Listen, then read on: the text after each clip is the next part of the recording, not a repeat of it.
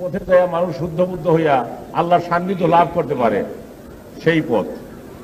যে পথে গেলে মানুষ প্রকৃত খাঁটি মুমিন মুসলমান হইতে পারে, সেই পথ। যে পথে যায় মানুষ রিয়াশূন্য হইতে পারে, সেই পথ। যে পথে গেলে মানুষ নাফসের করাল গাছের থেকে বাঁচতে পারে, সেই পথ। যে পথের থেকে মানুষ দুনিয়ার চাষরা কাটাল হইতে বাঁচতে পারে, সেই পথ। যে পথে গেলে মানুষ শয়তানের কুহুকের থেকে বাঁচতে পারে, সেই পথটার নামে সত্য তরিকা, খোদা প্রাপ্তির পথ। সেই পথে আপনাদেরকে আনা হইতেছে, তাই না? আপনারা যদি সেই পথে চলতে পারেন, তাহলে আপনারা শুনে থাকবেন যে আলাউদ্দিন আশ্চর্য প্রদীপ নামক আরব্য উপন্যাসের ভিতরে একটা কথা আছে, একটা কিচ্ছা লেখা আছে, যে সুরঙ্গের পথে যাইতে যাইতে যাইতে যাইতে তারপরে পাওয়া গেল একটা মুসি, একটা মুলকা, যার তলসল টুলসলতে ফেলে দিয়ে আনতে পারলেই কাজ। এই তা আপনাদের গুহার পথে আমি এখন আপনি নিতে চাই। যে পথে যাইতে যাইতে যাইতে যাইতে যাইতে যাইতে যাইতে আল্লাহ সান্নিধ্য, আল্লাহ তারা নূরের বাতি মিলা মুসি মিলা যায়, পাওয়া যায়, সেটা আনতে পারলেই কাজ। সেটা একটা গুহার পথ, সেটা আপনার আত্মার ভিতর দিয়ে চলছে। শরীরটা একটা গুহা বিশেষ, এই গুহার ভিতর দিয়াই আপনাকে যাইতে হবে। এই যাই মারেফতের নূর আপনাকে হাসিল করতে হবে। এই মারেফতের নূর যদি আপনি হাসিল না করতে পারেন, তাহলে আপনার মতো বিদ্বান বুদ্ধিমান জগতে বহু কিছু অনেকেই আছে। আপনি হাফেজ বলতেছে, মহর্ষি হাফেজ বলেন, হাফেজ তুমি জ্ঞান বিজ্ঞানে যতই উন্নত হও না কেন, তোমার পীরের কদমকে তুমি নোহের তরি মনে করো, নচে দুর্বিপাকের এমনই তুফান আসবে, তোমার সবল ভিত্তিক ভাঙ্গা মেসমার করে ফেলবে, তখন তুমি কুলাই উঠতে পারবে না। তাই তোমার পীরের দামনকে তুমি শক্ত করে ধরো। তাই আপনাদেরকে বলা হইতেছে, এমন একটা পথে আমি আপনাদেরকে একটা পথের সন্ধান আমি দিতেছি, যে পথে যাই আমরা ক্ষুধা প্রাপ্তি তত্ত্ব, এই যে এই বিরাট অধ্যায়, এই চ্যাপ্টার আপনারা সম্পূর্ণরূপে শেষ করতে পারবেন এবং গভীর জ্ঞান লাভ করতে পারবেন। আধ্যাত্মিক জ্ঞান ছাড়া মানুষ পূর্ণ জ্ঞানী হইতে পারে না। আর আধ্যাত্মিক জ্ঞান ছাড়া মানুষ খুদ আল্লাহ তাআলার প্রেম প্রীতি ভালোবাসা লাভ করতে পারে না। আধ্যাত্মিক জ্ঞান না থাকলে দুনিয়াবি চাষরা কাটাল তার ভিতরে ঢুকে পড়ে এবং দুনিয়ার চাষরা কাটালটাকে টাইনে নিয়ে দুনিয়ার দিকে ঘুরাই দেয়। তাই আধ্যাত্মিক জ্ঞানের একান্ত প্রয়োজন। যেমন সাধারণ লেখাপড়া করে, স্কুল মাদ্রাসায় লেখাপড়া করে আপনারা যে জ্ঞান শিক্ষা করছেন, এই জ্ঞানের দ্বারা আপনারা দুনিয়াদারি করতেছেন। আপনারা কেউ চাকরি করেন, কেউ বাকরি করেন, কেউ আলিম উলামা লেকচার ওয়াজ করতেছেন, ইত্যাদির দ্বারা আপনারা জীবজ্ঞান নির্বাহ করতেছেন, ছেলেপিলে নিয়ে আপনারা শান্তিতে আছেন। কিন্তু এটা ক্ষুধাপ্রাপ্তির পথের বিদ্যা নয়। ক্ষুধাপ্রাপ্তির পথের বিদ্যা হলো আধ্যাত্মিক বিদ্যা, যে বিদ্যার দ্বারা আল্লাহকে শনাক্ত করা যাবে, যে বিদ্যার দ্বারা আল্লাহর সান্নিধ্য লাভ করা যাবে, সেটা আত্মাবাহিত, রসুল্লাহর আত্মাবাহিত একটা বিদ্যা, যা জিবরাইল আলাইহিস সালামের মারফতে রাসূল পাক সাল্লাল্লাহু আলাইহি ওয়াসাল্লামকে দেওয়া হয়েছিল। সেইটাই সিলসিলা ক্রমে ওলি আল্লাহদের পাক আত্মাবাহিত হয়ে আপনার দিলের ভিতর প্রবেশ করবে। এটা আল্লাহ তাআলার বিশেষ এক দয়া এবং দান। এটা তাওয়াজ্জু ইত্তেহাদির বলে হয়ে থাকে। এই তাওয়াজ্জু ইত্তেহাদ মুর্শিদ কামাল পাক দিল হইতে আসে, এটা আল্লাহ তাআলার খাস তাসির। তাই আপনাদেরকে আমি সেই সত্য পথের সন্ধান দিতেছি, যে পথে যাইয়া দুনিয়ার থাকতেই আপনারা বেহেশতের ঘ্রাণ বইতে থাকবেন, দুনিয়ার থাকতেই আপনারা আল্লাহওয়ালা হয়ে যাবেন, দুনিয়ার থাকতেই আপনারা অলির দরজায় পৌঁছে যাবেন। আল্লাহ ইন্না আউলিয়া লা খাউফুন আলাইহিম ওয়া লা হুম ইয়াহজানুন। আল্লাহ বলেন, বললে আল্লাহদের দুঃখিত বা গমগীন হবার জন্য কিছুই নাই, তারা কোনো বিষয়ে দুঃখিত না। গৌস পাক রহমতুল্লাহ আলাইহি বলতেছেন যে যেদিন তুমি আল্লাহর সান্নিধ্য লাভ করবে, সেদিন তোমার কোনো অভাব অনটন থাকবে না। তামাম দুনিয়ার মানুষ যদি তোমার দরবারে চাইটা খায়, তাহলে কিছু আসে যায় না। কেননা যিনি আল্লাহকে পাইলেন, তার পাবার আর কিছু বাকি নাই। দুনিয়ার বাদশার খাজনা খানা শেষ হয়ে যায়, 13 জুরি শেষ হয়ে যায়, কিন্তু আল্লাহ তাআলার 13 জুরি শেষ হয় না। তাই আল্লাহকে যিনি লাভ করলেন, তার আর কোনো অভাব থাকে না। তাই কথিত আছে যে এক পাগল নাচতেছিল, এমন সময় একজন লোকে বলে যে, পাগল, দুনিয়ার মানুষ দুর্ভিক্ষে মারা গেল আর তোমার বাড়ি আনন্দ হয়েছে, তুমি নাচো। তোর পাগল হাইসা বলল যে, আমার মনিবের কোনো অভাব নাই আর আমার মনিবের দুর্ভিক্ষ নাই। কাজে কাজেই পাগল যে বলে বলছিল, সেটা আপনি বুঝেন, আপনি বলতে পারবেন। তো কাজে কাজেই যে শক্তি নিয়ে আপনারা শুনে থাকবেন যে বহলুল পাগল যে বেহেশত বিক্রি করবার গেছিল বাদশাহ হারুনুর রশিদের বিবির কাছে, বেহেশত বিক্রি করছিল যে শক্তির বলে, সেইটাই আধ্যাত্মিক শক্তি, ক্ষুধা প্রাপ্তি তত্ত্ব। এবং সেইটাই, সেই শক্তি যদি আপনি লাভ করতে পারেন, তাহলে আপনার দ্বারা সম্ভব। তাই আপনাদেরকে সেই পথের সন্ধান আমি দিতেছি।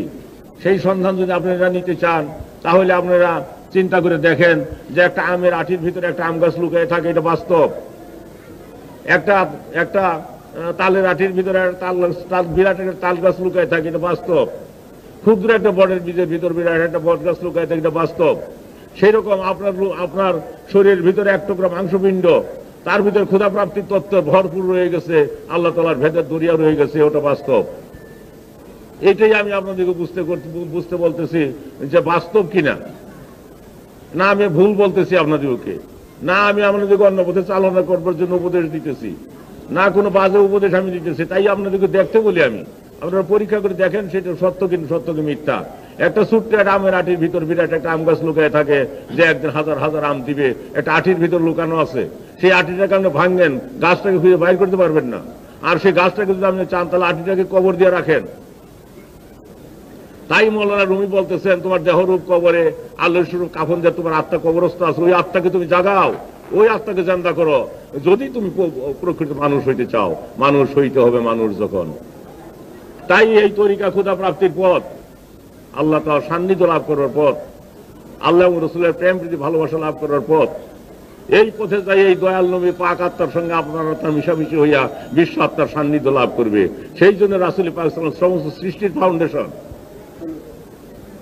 আল্লাহ তাআলা বলেন যে আমার নবীকে যদি সৃষ্টি না করতাম তাহলে আমি কিছু সৃষ্টি করতাম না। কেন আল্লাহ কথাটা বলেন? এটার ভিতরে বিশেষ যৌক্তিকতা রয়ে গেছে। সেই যৌক্তিকতা আপনারা যেদিন যাবেন সেখানে, যেদিন আপনি নিজের আত্মাকে বুঝবেন, যেদিন আপনি ফানাফির রসুলের মুকামে পৌঁছিবেন, তখন দেখবেন যে দয়াল নবী যদি দুনিয়াতে না আসতেন তাহলে আকাশ বাতাস চাঁদ সূর্য গ্রহ নক্ষত্র কিছু সৃষ্টি হতো না, আল্লাহ করতেনও না। কিন্তু যা কিছু হয়েছে এটা রাসূল পাক সাল্লাল্লাহু আলাইহি ওয়াসাল্লাম পাক আত্মার যোগাযোগের মাধ্যমে করা হয়েছে। তাই রাসূল পাক সাল্লাল্লাহু আলাইহি ওয়াসাল্লাম সমস্ত সৃষ্টির ফাউন্ডেশন বলতে হবে। তো কাজে কাজে এই বিদ্যা যদি আপনি যে বুঝলো না, সে মারেফতের নিয়ামত হইতে অন্ধ। আর এলমে মারেফত যেটা বুঝলেন না, তাই আশেক কবি বলতেছেন যে এলমে বাতেন নাহি যারো হাসরে সেই অন্ধ হয়ে, এশকে খুদা নাহি যারো দুজখেতে সেই রয়ে। এলমে বাতেন নাহি যারো হাসরে সেই অন্ধ হয়ে, এশকে খুদা নাহি যারো দুজখেতে সেই রয়ে। কাজে কাজেই এই এশক মহব্বতের খেলা আপনার আত্মার ভিতরে খেলতেছেন আল্লাহ। তাই আল্লাহ বলেন আমি আসমানেও না, আমি জমিনেও না, আমি পাহাড় পর্বতে নই, আমি সাগরে নগরে নই, গুহায় গব্বরে কোথায় আমার গুঞ্জায়শ হয় না, আমি তোমাদের ভিতরে আছি। ওয়াফিয়ান কুচে গুমাফলা তুবসিরুন, আমার নিদর্শন তোমাদের ভিতরে, তোমরা কি দেখো না? তাহলে তো আল্লাহ তাআলার নিদর্শন যে আমরা দেখতে চান, তাহলে আল্লাহ বলেন মান আরাফা নাফসাহু ফাকাদ আরাফা, নিজের নাফসকে দেখো, নিজেকে তুমি দেখো, তাহলে তুমি আমাকে দেখতে পারবে। আমাকে জাহেরা চক্ষু দিয়ে দেখবে না, তুমি যে চক্ষু দিয়ে দেখবে সেই চক্ষু দুটা তোমার অন্তরের ভিতর রয়ে গেছে, সেই চক্ষুর ভিতর তোমার ছানি ধরে গেছে, কাজেই তুমি আমাকে আর দেখতে পারবে না। দুনিয়াতে যদি তুমি আমি দেখতে না পারো তাহলে আর দেখতে পারবে না। মান কানা ফি হাযিয়া ফাহুয়া ফিল আখিরাতি আমা, দুনিয়াতেও তুমি অন্ধ এবং কিয়ামতের দিন তুমি অন্ধই থাকবে। তাহলে তুমি দুনিয়া এবং আখিরাতেই তুমি অন্ধ রইলে যদি তুমি সেই চোখের ছানি না কাটতে পারো। সেই চোখের ছানি কাটার ডাক্তারে হইল মুর্শেদে কামেল। তাই আল্লাহ বলেন ইয়া আইয়ুহাল্লাযীনা আমানু তাকুল্লাহ ওয়াত্তাকুল উসিলা, আল্লাহকে ভয় করো, আল্লাহর প্রতি তোমরা মধ্যস্থ উসিলা ধরো। সেই উসিলাই জামানার কামেল সদল। আমরা যত বড় উচ্চাঙ্গের কথাই বলেন, যত বড় সাইন্টিফিক বৈজ্ঞানিক আপনি হন না কেন, যতক্ষণ পর্যন্ত তারা নিজের আত্মার পরিচয় আপনি নিজে না নিতে পারতেছেন, ততক্ষণ পর্যন্ত আপনার কোনো ফাউন্ডেশন নেই। এমন অনিশ্চয়তার ভিতরে বিরাজ করতেছেন আপনি। আর যেই মাত্র আমরা আত্মার ফাউন্ডেশন হয়ে গেল, আল্লাহর সঙ্গে যোগাযোগ হয়ে গেল, আর কোনো চিন্তার কোনো কারণ আল্লাহ ইন্না আউলিয়া আল্লাহ লা ইয়ামুতু। রাসূল পাক সাল্লাল্লাহু আলাইহি ওয়াসাল্লাম স্পষ্ট ভাষায় বলতেছেন ওলিয়া আল্লাহদের মৃত্যু নাই। ওলিয়া আল্লাহরা মরে না, জাগ্রত পরাণ যার মরে না সেজন, দৈহিক মরণ তার নহের মরণ, শত শত মুর্দা দেল মাটির উপরে, তার চাইতে অধিক বলো যদিও কবরে, সাদি বলেন। তাই এই যে বিরাট একটা নিয়ামত, আল্লাহ তাআলার দান, আপনার ভিতরে আল্লাহ রেখে দিচ্ছেন, আমি সেইটাই দেখতে বলতেছি। সেই দেখেন আল্লাহর সঙ্গে যোগসূত্র স্থাপন করা যায় কিনা, আল্লাহকে পাওয়া যায় কিনা, আল্লাহকে দেখা যায় কিনা। আল্লাহ তো বলেন যে তুমি দুনিয়াতে যদি আমাকে না দেখতে পারলে তাহলে আর দেখতে পারবে না, দুনিয়া আখেরাতে তুমি অন্ধ থাকবে। এই দুনিয়া তো অন্ধ, পরপরে তো অন্ধই থাকবে। যেহেতু আপনি যখন কবরে যাবেন, আপনার দ্বারা ভালো মন্দ কোনো কাজ আর আপনার কোনো আমল হবে না, ভালো করতে পারবেন না, বন্ধও করতে পারবেন না, কোনো আমল আপনার আর নাই। তাহলে যে আমল আপনার দুনিয়া থেকে নিয়ে যাবেন, দুনিয়া থেকে আপনি কিছুই নিয়ে যেতে পারবেন না। আপনার টাকা পয়সা, ধন রত্ন, আপনার এই ছেলে মেয়ে, বাচ্চা কাচ্চা, যত কিছু থাকুক না কেন, সব কিছু দুনিয়াতে আপনাকে রেখে দিতে হবে। দুনিয়ার মাল দুনিয়াকে থুইয়া আপনাকে যাইতে হবে খালি হাতে, অথচ মাল মাত্রা সিন্ধুক ভরা, সেইগুলা আপনার কোনো কাজে আসবে না। কিছুই যখন কাজে আসবে না, খালি হাতে যাইতে হবে। তো একটি জিনিস আপনি নিয়ে যেতে পারবেন, সেই জিনিসটা হচ্ছে আপনার আমল। দুনিয়াতে আপনি যে আমল আপনি তৈরি করছেন, সেই আমলটাই আপনার সঙ্গে যাবে, তাছাড়া আর কোনো জিনিস আপনার সঙ্গে নিতে পারবেন। তাহলে যে আমল আপনি দুনিয়াতে তৈরি করে নিতেছেন, সেই আমলের উপরে আপনি কবর, হাসর, মিজান, পুলসেরা, জাহান্নাম অথবা বেহেশত, এই একটি আমলের উপর নির্ভরশীল। অতএব সেই আমলটাই নেক আমল হইতে হবে। নেক আমল যদি আপনি তৈরি করতে চান, তাহলে জামানার কামেলের কাছে যাইতে হবে। তাই এটার জন্য মীমাংসা হলো না, তখন হযরত জালালউদ্দিন রুমি রহমাতুল্লাহ বাধ্য হয়ে যাইতে হয়েছিল শামসুদ তেবরিজির কাছে।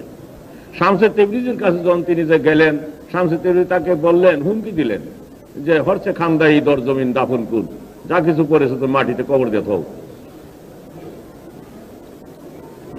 তো তখন তিনি পীরের খেদমত করলেন। তাই মুসলিম খুলে আপনারা দেখেন, তিনি যেখানে কিছু বলছেন আপন পীরকে উদ্দেশ্য করে বলছেন এবং ইশারা দিচ্ছেন শামসুদ তেবরিজির কাছে যাও। তো মৌলানা রুমি বলতেছেন, আমি মৌলানা হয়েছি শামসুদ তেবরিজির পদধূলির দ্বারা, যে শামসুদ তেবরিজি মানুষ পাগল বলে উপহাস করত। তো কাজে কাজেই মৌলানা রুমি মুসলিম শরীফের সেই সমস্ত ব্যাখ্যা করে গেলেন। আগেও তিনি মৌলানাই ছিলেন, মুসলিম শরীফ লেখবার আগে, শামসুদ তেবরিজির মুরিদ হওয়ার আগে মৌলানাই ছিলেন, কিন্তু মুসলিম শরীফ লেখার মতো ক্যাপাসিটি তার ছিল। মুসলিম শরীফ লেখেন কখন, যদি শামসুদ তেবরিজির খেদমত করার পরেতে, তখন তিনি বলতেছেন, আমি কোরআনের সাবস্টেশন নিয়ে গেলাম, আড্ডি গুড্ডি রইল। আমি কোরআন শরীফ নিজে লেখলাম পার্সি ভাষায়, আমি এক কোরআন শরীফ লিখে ধুয়ে গেলাম মুসনবী শরীফ। মুস্তবি ও মৌলবী ও মানবী হাস্ত কোরআন দর জবানে পাহলবী, আমি মুস্তবি খানা পার্সি ভাষায় একটা কোরআন শরীফ লিখে ধুয়ে গেলাম। এমনকি আলেম দুনিয়াতে আছে যে বলে আমি কোরআন শরীফ লিখলাম? এমন আলেম দুনিয়াতে কে আছে যে বুকে টোকা দিয়ে বলতে পারে আমি কোরআন শরীফ লিখে ধুয়ে গেলাম?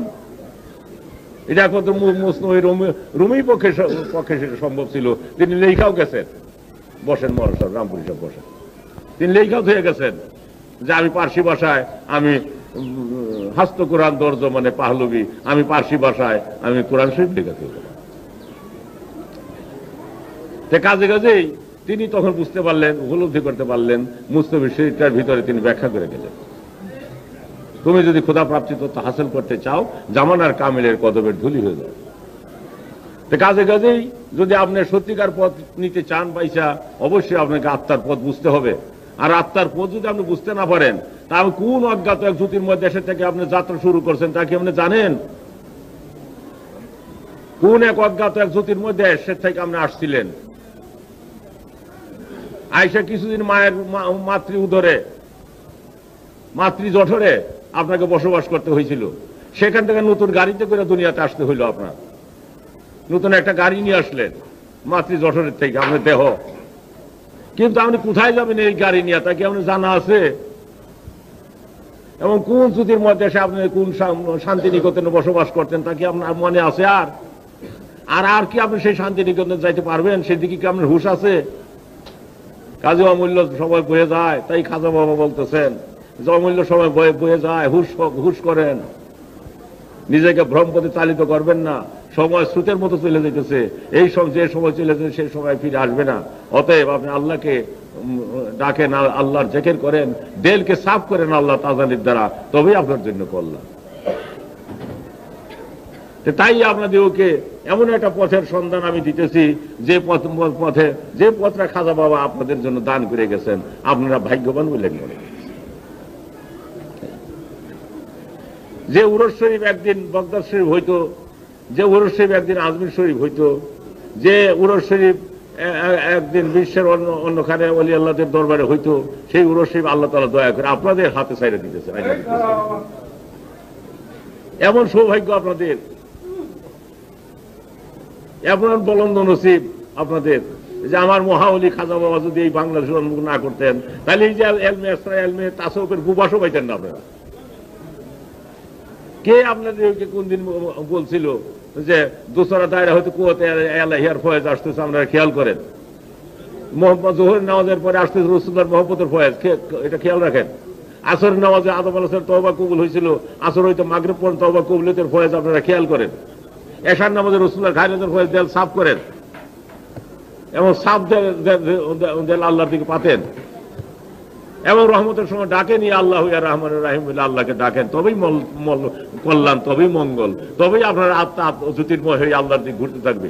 মুকুন নফসে আম্মারা এ পায় রবি কেন আগা গ্রেফতার দুজক ছবি। কাজে নফসে আম্মারার পায়রবিকে নিজের জাহান্নামের দিকে চালিত করবেন না। আপনি একজন মানুষ, আপনি আল্লাহর তরফের থেকে আসছেন, আপনি আমরে রব্বি, আপনার আত্মাটা আমরে রব্বি, সে সম্বন্ধে কি আপনার জ্ঞান আছে? আর একটা কথা আমি জিজ্ঞাসা করতেছি, আল্লাহ তো আমানতের কথা বলতেছেন, ইন্না আরাদনাল আমানাতা আলাস সামাওয়াতি ওয়াল আরদ, আমি আমানত সাধলাম আসমানকে, জমিনকে, পাহাড় পর্বত সাগর নগরকে। কেউ সে আমানত নিবার স্বীকার করলো না, পরন্তু মানুষ সে আমানত নিয়ে গেল, মানুষ ক্ষতিগ্রস্ত হইল। আচ্ছা, আমি আপনাদেরকে জিজ্ঞাসা কি আমানত আল্লাহর কাছ থেকে আপনারা আনছেন? আমানত সাংঘাতিক কথা।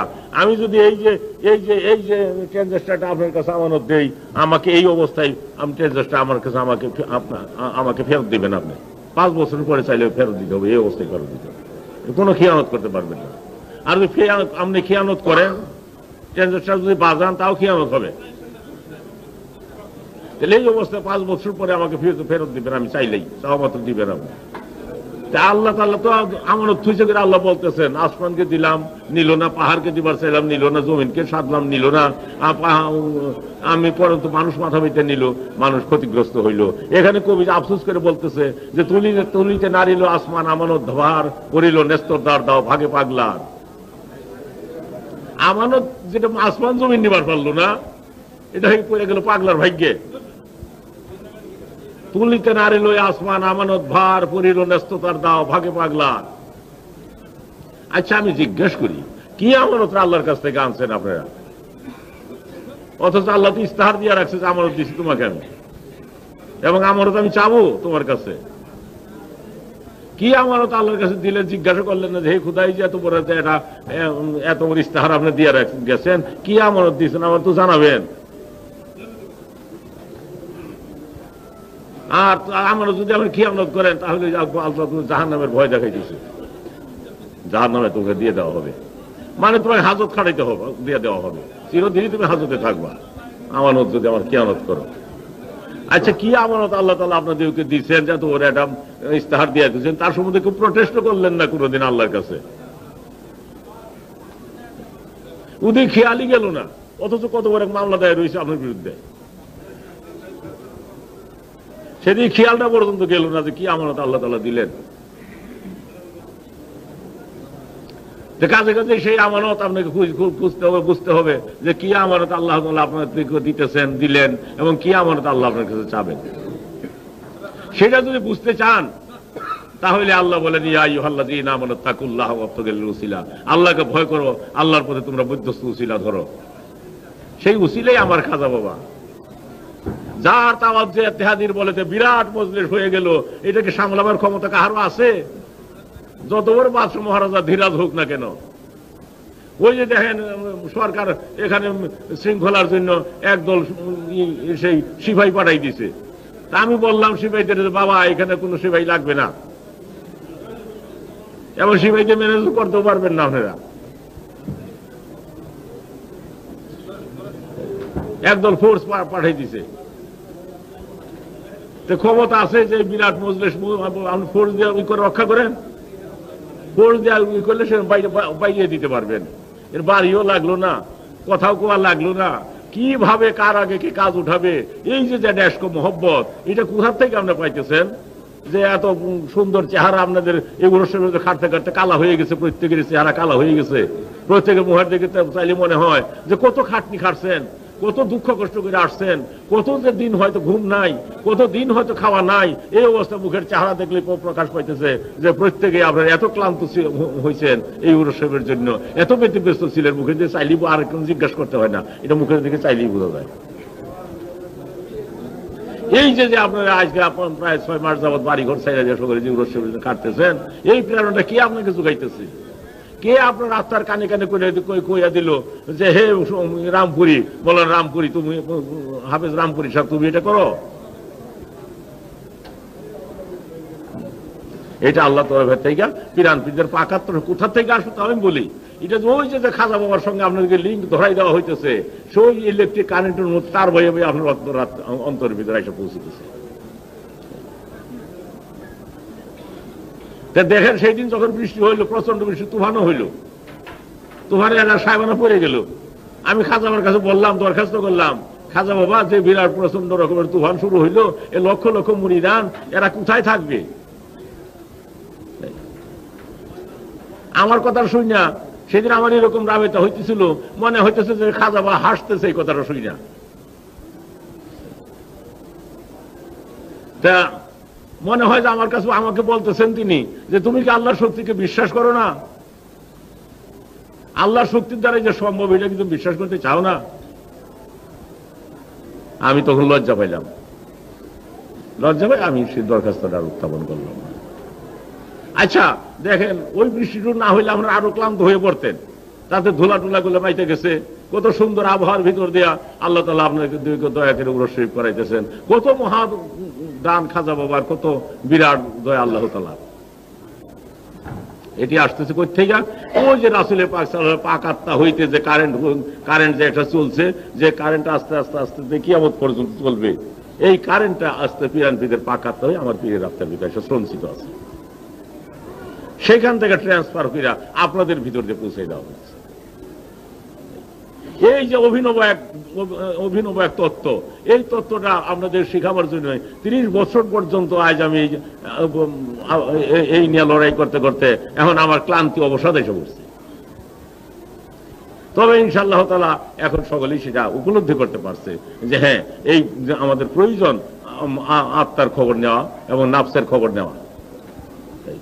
শুধু পীর ধরলে চলবে না, পীরের হাতে হাত দিয়ে আস্তাগফিরুল্লাহ রাব্বি মিন কুল্লি যামবি ওয়া তুবু ইলাইহি পড়লে চলবে না, শুধু ওই সে পাগড়ি ধরে তওবা করলে চলবে না। পাগড়ি ধরে তওবা করলে তাতে আত্মার কি হইল? মান আরাফা নাফসাহু ফাকাদারু, নিজেকে আগে নিজে চিনালন, তবে সে আল্লাহকে আপনি চিনতে পারবেন, তবে সে দিলের কালিমা থেকে আপনি বাঁচতে পারবেন। আর তা নাও করতে পারেন, ওই যে পাগড়ি ধরে আপনি আস্তাগফিরুল্লাহ রাব্বি মিন কুল্লি যামবি ওয়া তুবু ইলাইহি পড়লেন আর না পড়লেন তাতে কিছু আসবে যাবে না। আর পীর মকসেদ না, পীর মকসেদ না, মকসেদ হচ্ছে আল্লাহ তাআলা। যেমন আপনার ছেলের রোগ হইলে আপনাকে ডাক্তার ডাকতে হয়, সেই ডাক্তার ওষুধে যদি ছেলের কোনো উপকার না হয় অন্য ডাক্তার আপনার ডেকে থাকেন। সেই রকম ক্ষুধা প্রাপ্তির পথে উসিলা হলো মুর্শিদে কামেল, তার দ্বারা যদি ক্ষুধা প্রাপ্তি তত্ত্ব হাসিল না হয় অন্য মুর্শিদের কাছে অবশ্যই আপনাকে যাইতে হবে, যেহেতু মকসেদ হয়েছে আল্লাহ তাআলা, মকসেদ পীর না। ক্ষুধা প্রাপ্তির পথে আমরা যে কোনো অবস্থায়, যে কোনো পরিবেশে, যে কোনো ব্যবস্থা আপনার করণীয় এবং করতে হবে আপনাকে, তাছাড়া ক্ষুধা প্রাপ্তি তো হাসিল করা অত সহজ নয়। যাকে দেখবেন না, শুনবেন না, বুঝবেন না, ধোয়া ছোঁয়ার বাহিরে তাকে ধরতে হবে, অচিনাকে চিনতে হবে আপনাকে। এই অচিনাকে চিনার পথে কত রকম ভেজাল যে আছে তার কোনো সীমা নাই। সেই জন্য মৌলানা রুমি বলতেছেন, স্পষ্ট ভাষায় বলতেছেন, যার তার হাতে হাত দিও না, মানবরূপী বহু ধোঁকাবাজ আছে যা তোমাদেরকে অন্য পথে চালিত করবে। গৌস পাক বলতেছেন, তোমরা ওলি আল্লাহ কে বা কে ওলি আল্লাহ না বোঝা ভারী কঠিন, অতএব খাঁটি ওলি আল্লাহ পাওয়ার জন্য আল্লাহর কাছে কান্দো। তবে আল্লাহ দয়া করে তুমি ওলিয়া কামিল মিলে দেয়। তাছাড়া ওলিয়া কামিল যারা তাদের অত অভাব নাই, আল্লাহ তো বল দিয়ে আছে তার দুঃখ নাই, দ্বন্দ্ব নাই, অভাব নাই। কি দরকার আপনাকে টাইনা নিয়া যে হে রামপুরি সাহেব আপনি আমার সাথে, হে মৌলানা দেওবন্দি আপনি আমার কাছে আসেন, কি দরকার তার? যারা আহার যোগাবে, একদিন আমাকে পীর কেবলা জান উপদেশ দিলেন যে ওলি আল্লাহদের আহার যোগাবে তামাম দুনিয়ায়, যেমন শানকি সাহেবের আহার যোগায় তামাম সাফে, আর সাপ যদি আহার যোগাইতে না পারে তাহলে ক্ষুধানি প্রীতির জন্য একটা সাপ তার পেটে যায়। এরকম ওলি আল্লাহদের আহার যোগাবে তামাম দুনিয়ায়, আর তামাম দুনিয়া যদি ওলি আল্লাহদের আহার যোগাইতে যদি ব্যর্থ হয় তাহলে দুনিয়ায় তার পেটের ভিতরে ঢুকতে হবে। তাহলে কি শক্তি নিয়ে ওলি আল্লাহ সকল দুনিয়াতে আসেন তাই দেখেন। তাদের আবার অভাব কি? তারা যদি আপনাদেরকে না ডাকে তাহলে কি শেখা তার, যার আহার ভুতে যোগাবে? কাজেই দরকার হচ্ছে আপনার ওই উসিলা, ওই মুর্শিদে কামেলের, যার পাক আত্মার যোগাযোগ বিশ্ব আত্মার সান্নিধ্য আপনি লাভ করতে পারেন বা পারবেন, সেই আত্মা খারাপ করবেন। সেই পাক আত্মাটাই হলো জামানার শ্রেষ্ঠ আবদাল খাজা বাবার পাক আত্মা, যে পাক আত্মার যোগাযোগ আপনাদের ভিতরে পৌঁছিতেছে। তাই কত কাঁদলেন, কত দুঃখ করলেন, কত কষ্ট করলেন। দেখেন কোন সুদূর দেশ, কোন সেই চিটাগাংয়ের পাহাড় বর্ডার, কোন সেই চিলমারির বন্দর, কোন সেই জলপাইগুড়ির বর্ডার, সেখান থেকে জাকেরার গরুগুলো নিয়ে 1-1.5 মাস আগে হাঁটতে হাঁটতে প্রত্যেকের শরীরগুলো ভর্তা হয়ে গেছে।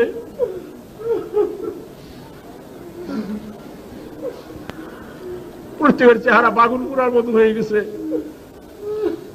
কেন, কোন প্রেরণার দ্বারা তারা এই সমস্ত গরু বাছুর গুলো এতদিন নিয়ে আসতেছে? কে তাদের কানে কানে বলে দিছিল?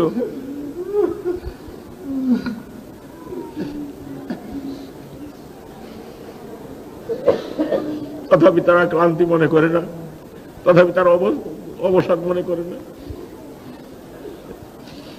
তাই মৌলানা সাহেব বললেন, মৌলানা আনসারী সাহেব বললেন যে রাত্রিতে গেলাম যে জাকের বাইরে কিভাবে শুয়ে রয়েছে, এসে বললেন যে ছোট্ট একটু ওইখানে একটু পাগারের মতো দেখলাম ওইখানে, তার পাশ দিয়া সেই পা দুটো উপরে উঠে রয়েছে, মাথার নিচে সে আপনি শুয়ে রয়েছে। অথচ জীবনে হয়তো কোনোদিন জুতা করে পায়ে দেয় নাই, একদম খালি পায়ে কোনোদিন হাঁটে নাই, এমন লোকটা পড়ে রয়েছে সেইখানে। কত কোনাকাঞ্চিতে পড়ে রয়েছে, পাশের সুখের নিচে পড়ে রয়েছে, ওই আগারে পাগারে পড়ে রয়েছে, যারা কত মূল্যবান মানুষ তারা পড়ে রয়েছে। কোন প্রেরণার দ্বারা তারা পড়ে রয়েছে সেখানে? কেনই বা তারা এত দুঃখ কষ্ট করে আসতেছে? কেনই বা কোন সেই সমুদ্র হিমাচল, কোন সমুদ্রের পাড়ে থেকে গরুগুলো নিয়ে হাঁটতে হাঁটতে হাঁটতে হাঁটতে এসে শরীর কালা করে ফেললো? সেই কোন চিলমারির বন্দর হইতে তারা আস্তে আস্তে আস্তে আস্তে প্রত্যেকের শরীরগুলো বর্তা হয়ে গেল? কোন সেই চিটাগাংয়ের পাহাড় হইতে গরু আপনারা নিয়ে, আপনারা গয়াল নিয়ে আসতে আসতে আপনাদের চেহারা কালো করে ফেললেন কেন? কে আপনাদেরকে বললো এগুলো আনতে? এটাই আপনাদের উপর আল্লাহ তাআলার এক মহৎ দান, একটা মহাদান আপনাদের। সেই দান নিয়েই আপনারা আসতেছেন আল্লাহ রসুলের দ্বীনের খেদমত করবার জন্য, ক্ষুধা প্রাপ্তির পথে আপনাদের চলবার জন্য, আল্লাহ আল্লাহদের খেদমত করবার জন্য। যারা এই জ্যাখের করবে, এই জ্যাখের খেদমত করবার জন্য আপনাদের শরীরকে আপনারা কালা করে ফেলতেছেন। এটা কি আল্লাহ দেখতেছেন না আপনাদের চেহারা? আপনি তাই একদিন দেখেন পীরকাল আজানকে বললেন যে হুজুর মুড়ি দাম চাইতেছে, কানতে কানতে শো। তখন হুজুর বললেন যে বাবা, ওরা মনে করে, ওরা কাইন্দা যায়, ওরা মনে করে যে ওরাই আমারে ভালোবাসে, আমি ওদের ভালোবাসি না। ওরা যদি আমার হৃদয় দেখতো, ওরা যদি আমার পড়ার অবস্থা বুঝতে পারতো না, ওরা যদি আমার হৃদয়খানা দেখতো যে কি হয়ে গেছে ওদের জন্য আমার।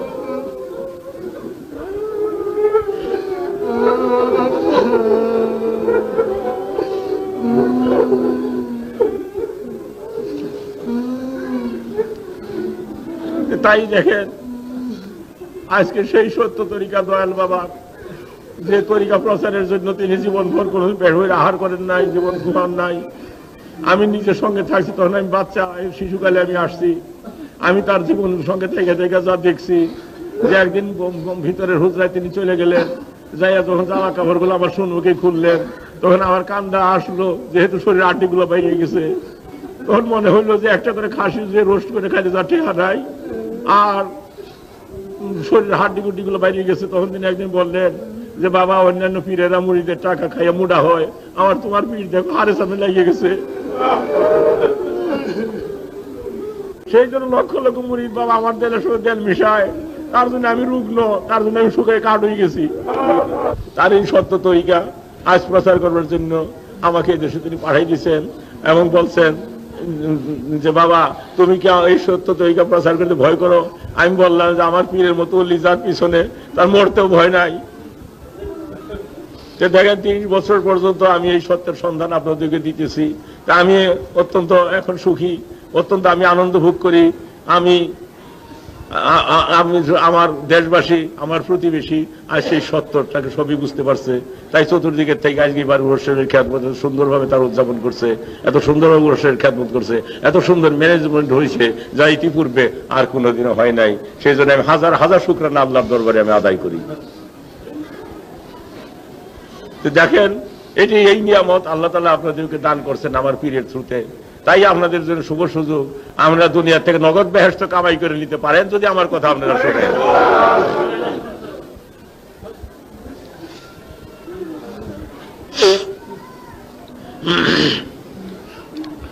তাই আপনাদেরকে জানানো হইতেছে জামানার সত্য জেন্দাফির। আমি পীর কালাজানের সঙ্গে অনেক সময় থাকতাম, কারণ আমি ছোট ছিলাম, বাচ্চা ছিলাম। আমাকে হুজুর গাইলে এত ভালোবাসতেন, কোন সময় কাছে ডাইকে নিয়ে বলতেন যে বাবা তুমি গজল জানো? আমি বলতাম হুজুর জানি তো, গাও। আমি গজল গাইতাম পীর কালাজান আমার সঙ্গে, তখন আমার সুরও ভালো ছিল, আমি খুব গজল গাইতে পারতাম। তো আমার সঙ্গে সঙ্গে পীর কালাজানের সুরও তখন ভেঙে গেছিল। এই মুরিদানের জন্য কানতে কানতে তোর সুর বসে গেল, পরে তিনি আর কথা বলতে পারতেন না।